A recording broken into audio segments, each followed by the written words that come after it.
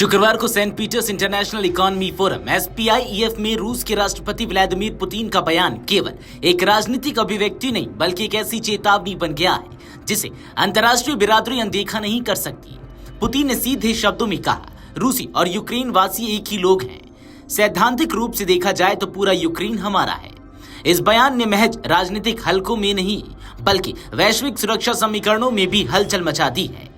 इस संवाद के दौरान पुतिन ने पहली बार सार्वजनिक मंच से यह भी कहा कि यदि रूस चाहे तो यूक्रेन का सुमी शहर भी उसके नियंत्रण में आ सकता है।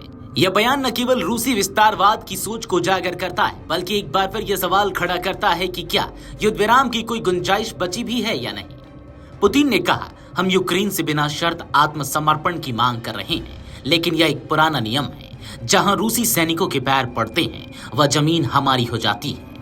इस बीच एक सवाल और आया, क्या यूक्रेन का संघर्ष भी अब उसी दिशा में बढ़ रहा है जैसे कि अमेरिका ईरान या इजराइल ईरान के बीच रहा। पुतिन ने इस पर सफाई दी और कहा कि यूक्रेन में जो हो रहा है वह पश्चिम एशिया में चल रहे तनाव से पूरी तरह अलग है।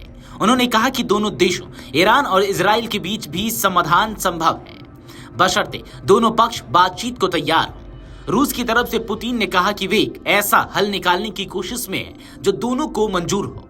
उन्होंने यह भी जानकारी दी कि इस मुद्दे पर उन्होंने इजरायली प्रधानमंत्री बेंजामिन नेतन्याहू, ईरानी राष्ट्रपति मसूद पेजेश्कियन और अमेरिका के राष्ट्रपति डोनाल्ड ट्रंप से बातचीत की है। पुतिन ने स्पष्ट किया, मैंने रूस का रुख बताया है, उम्मीद है कि हमारे प्रस्तावों पर अमल होगा।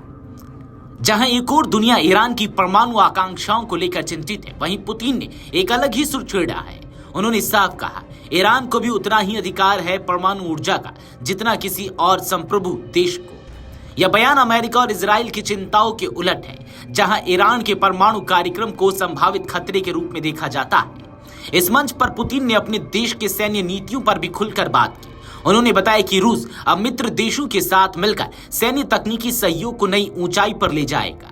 इसमें केवल हथियार आपूर्ति ही नहीं बल्कि उनके संयुक्त निर्माण, सैनिकों का प्रशिक्षण और उत्पादन सुविधाएं विकसित करना शामिल होगा। पुतिन बोले, हम नई तकनीकों का उपयोग करके अपनी सेना को आधुनिक बनाएंगे। रूस की सशस्त्र सेनाएं जल्द ही नवीनतम हथियारों और उपकरणों से लैस होंगी। उन्होंने यह भी बताया कि यह रणनीति केवल रूस की सुरक्षा को मजबूत करने के लिए नहीं बल्कि उनके मित्र राष्ट्रों को आत्मनिर्भर बनाने के लिए होगी। SPIEF 2025 में पुतिन के भाषण को एक रणनीतिक घोषणा पत्र माना जा सकता है, जहां उन्होंने यूक्रेन को एक बार फिर अपने नक्शे में शामिल किया। वहीं पश्चिम एशिया की आग में भी कूटनीति का पानी डालने की बात की। उनकी बातों में जहां एक और रूसी विस्तारवाद की झलक दिखी, वहीं मित्र देशों के प्रति प्रतिबद्धता और वैश्विक कूटनीति में रूस की वापसी का संकेत भी छिपा है। लेकिन बड़ा सवाल यह है कि क्या पुतिन का यह रुख शांति की दिशा में है या आने वाले समय में एक और संघर्ष की तैयारी। अब दुनिया भर की निगाहें अमेरिका, नाटो और संयुक्त राष्ट्र पर है। क्या वे पुतिन के इस बयान को सिर्फ शब्दों का खेल मानेंगे या इसे एक गंभीर चेतावनी मानकर कोई ठोस प्रतिक्रिया देंगे।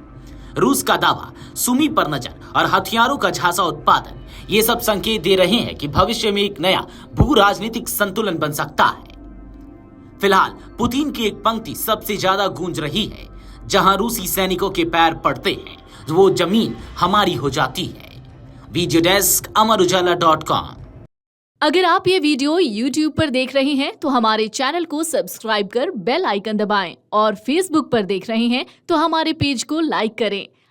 अगर आप ये वीडियो YouTube पर देख रहे हैं तो हमारे चैनल को सब्सक्राइब कर बेल आइकन दबाएं और Facebook पर देख रहे हैं तो हमारे पेज को लाइक करें।